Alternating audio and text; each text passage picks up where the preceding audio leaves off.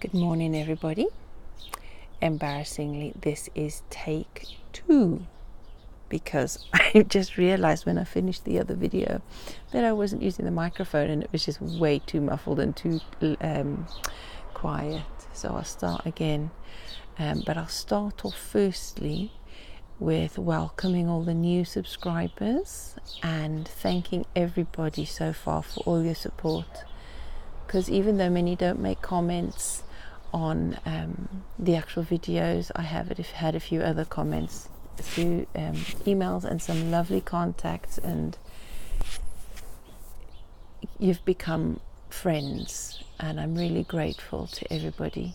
And I also like looking at new people's channels as well. So when people subscribe, I do take an interest in what they're doing and have a look at what you're doing. So welcome to the community, I suppose.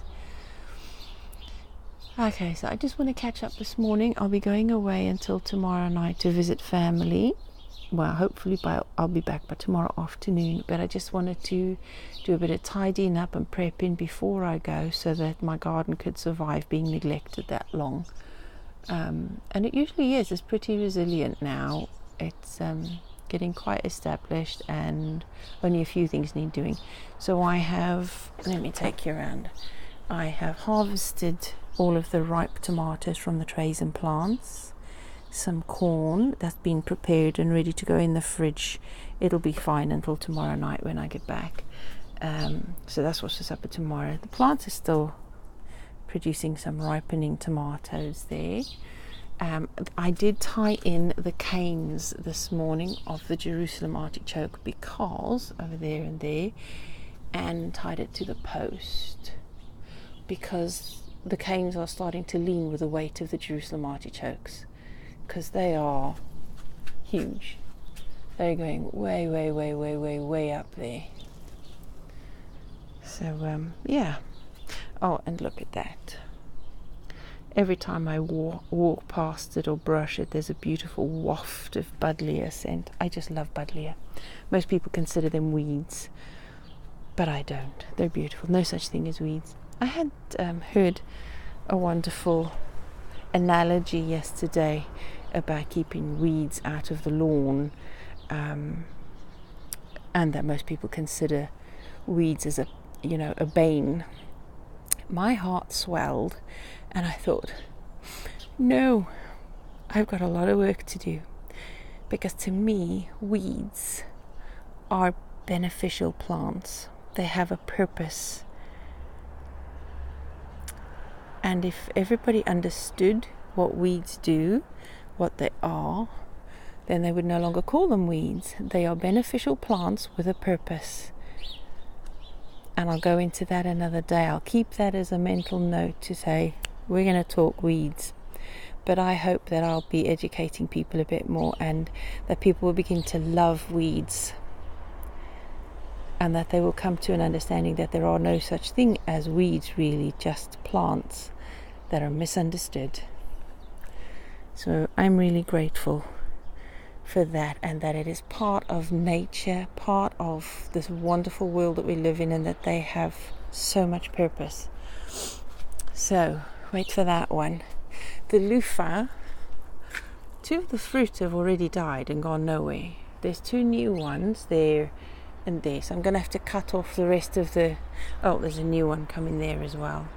I'll have to cut off the others and some of the flowers from the bottom there because I don't want any more fruit. I want the energy of the plant to go into those fruit that are there. Even if I only get one, like I've said earlier in the year, I need one plant at least to ripen, to grow and ripen so that I have seeds for next year, because I intend to grow my own loofah sponges, both for use in the kitchen and the bathroom. Look at that. My asparagus is flowering. And because I'm letting it flower, it'll feed the roots and strengthen it and survive winter. And I'll put it in a new pot with new soil next year, a more sand-based soil. I've had that asparagus plant now for, got to be before we moved into this house. So that asparagus plant has got to be about 5 years old, and with all the neglect that I've given it, it is still limbering on. It's a survivor, so it deserves to be there, and I shall give it a bit more tender care from next year. The beetroot over there is showing a lack of something. It's not green as it should be. The chard is fine. So I don't know what's up with that beetroot. Maybe it's just the time of year. And I shall put some more seedlings in, but I think the beetroot I'll be growing from next month onward will only be microgreens. I'm still harvesting a couple of the nasturtium flowers to dry, and when I've got a big enough stock, I shall refer back to rain country to remind myself what I'm doing with them. The carrots growing, but I need to earth them up and cover them up. They need more definitely need more covering up. What else was there? Yep, no, that's about it in the garden. Not much happening except for tidying up. I'll be watering all the tomatoes and squashes ready for survival till Wednesday morning, because I only water in the morning. I don't like watering at night, just brings all the slugs out. I shall tidy up indoors, inside, and the kitchen and the living room, make sure everything's tidy before I go so that everyone can manage without me. Get a couple of loads of washing done.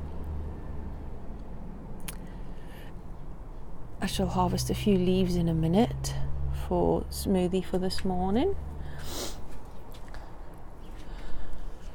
Oh, there you go. I was sitting out here earlier just doing some reading, and you can hear by now already the traffic is starting, and I was out here by 7 o'clock, and it was so nice. It was lovely, peaceful, quiet, the smells of nature and the sounds of the birds. I mean, even now, watch the birds going in and out of the tops of the hedge there. That hedge needs to come down again, so I shall have more shredded hedge for compost.